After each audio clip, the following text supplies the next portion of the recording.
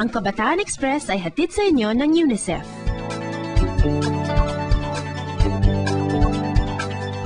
Naranasan mo na bang mawalan ng gamit? Nasabihan ko na ba na hayaan mo na, basta Diyos mo na lang yan. Pero paano kung simbolo ng iyong Diyos at pananampalataya ang mawala at mismong simbahan pa ang ninakawan? Sa ulat ng Capiz Bureau, ipinahayag nila ang kanilang dismaya at lungkot sa pagkawala ng mga imahe.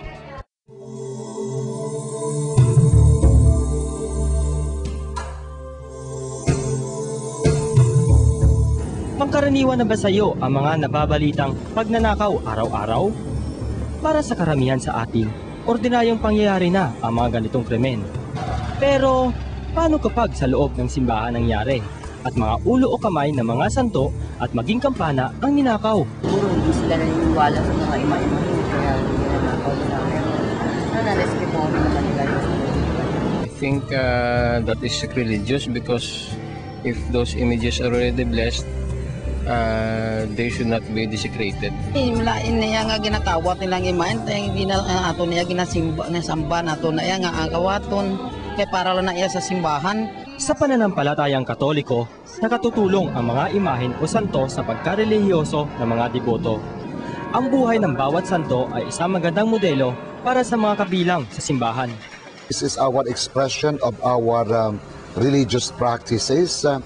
And that we can lift our soul to God because they would be reminding us of the lives, of the virtues of those saints. And as a place of worship, this is quite important, you know, so that this would aid us in our prayer. Pero dito sa Archdiocese ng Capiz, ang ilan sa mga banal na imaheng ito ay nilapastangan ng mga magnanakaw. The first event was in Mambusaw, inside the Perpetual Adoration Chapel. The monstrance, the ones which is being placed, the sacred host for adoration. We have one in the Museo of Dumalag. The one which was stolen was the monstrance against. Early of January last year, the 5-feet candelabra or that candle stand made of brass.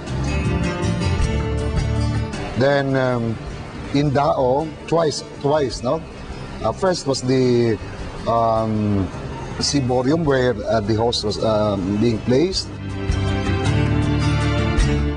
Then after that, that was Black Saturday, when the head of the statue of Santo Tomas de Villanova, right there at the altar, was taken also. Then the last one was in Dumalag, where the decoratives of the altar, no, inside the Perpetual Adoration Chapel, were taken also. Dagdag pa sa pahayag ni Monsignor Lusa ang pagkawala ng mga antigong Stations of the Cross sa museo ng simbahan sa bayan ng Panay. Mabuti na lang, bantay sarado rito ang pinakamalaking kampana sa buong Asya. At para maibaba ito mula sa kampanaryo, ay kailanganin ng mahigit 50 tao.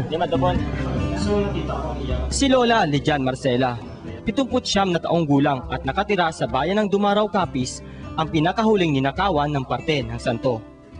Ang kanyang Saint Veronica ay pamana pa ng kanyang lola.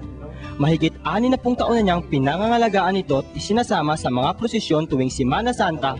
Ng isang araw ay Veronica, andyan yan mismo sa harapan ng bahay niyo? Sa harapan sa karo. Kasi usually every year, ganyan naman ang ginagawa ko. Hindi ko na inaano siya, kinukuha after procession. The following day na Saturday, yun na ang pagbaba na namin ng santo. But that following morning, hindi nga, I didn't even know about it until somebody told me, Manang, wala na yung ulo ng Santa Veronica at saka yung kanyang kamay. Isa sa Dumaraw. Ayon sa mga pulis, kadalasan daw ay pinupuntirya ang ulo at mga kamay ng mga santo dahil ito'y gawa sa ivory. Ang mga ito at iba pang mamahaling gamit ng simbahan ay ibinibenta raw sa mga nangungulekta ng mga antigo. The parish priests themselves, so the priests assigned a particular parish, made some mainly preventive measures already So putting burglar alarm, putting up or employing a security guard, and of course, this is the dissemination of information to the parish community. Naglabas ang simbahan ng pastoral letter para manawagan sa lahat upang maging alerto at mapagmasid. Kasabay nito ay ang pakiusap sa mga pulis na pabilisin ang pagresolba sa mga kaso. Nakasaad sa pastoral letter na ang pagnanakaw ay ipinagbabawal sa ikapitong utos ng Diyos at mas nadadagdagan ang kanyang kasalanan kung siya ay nagnakaw ng sagradong bagay sa sagradong lugar at ginagamit pa ito sa sagradong selebrasyon.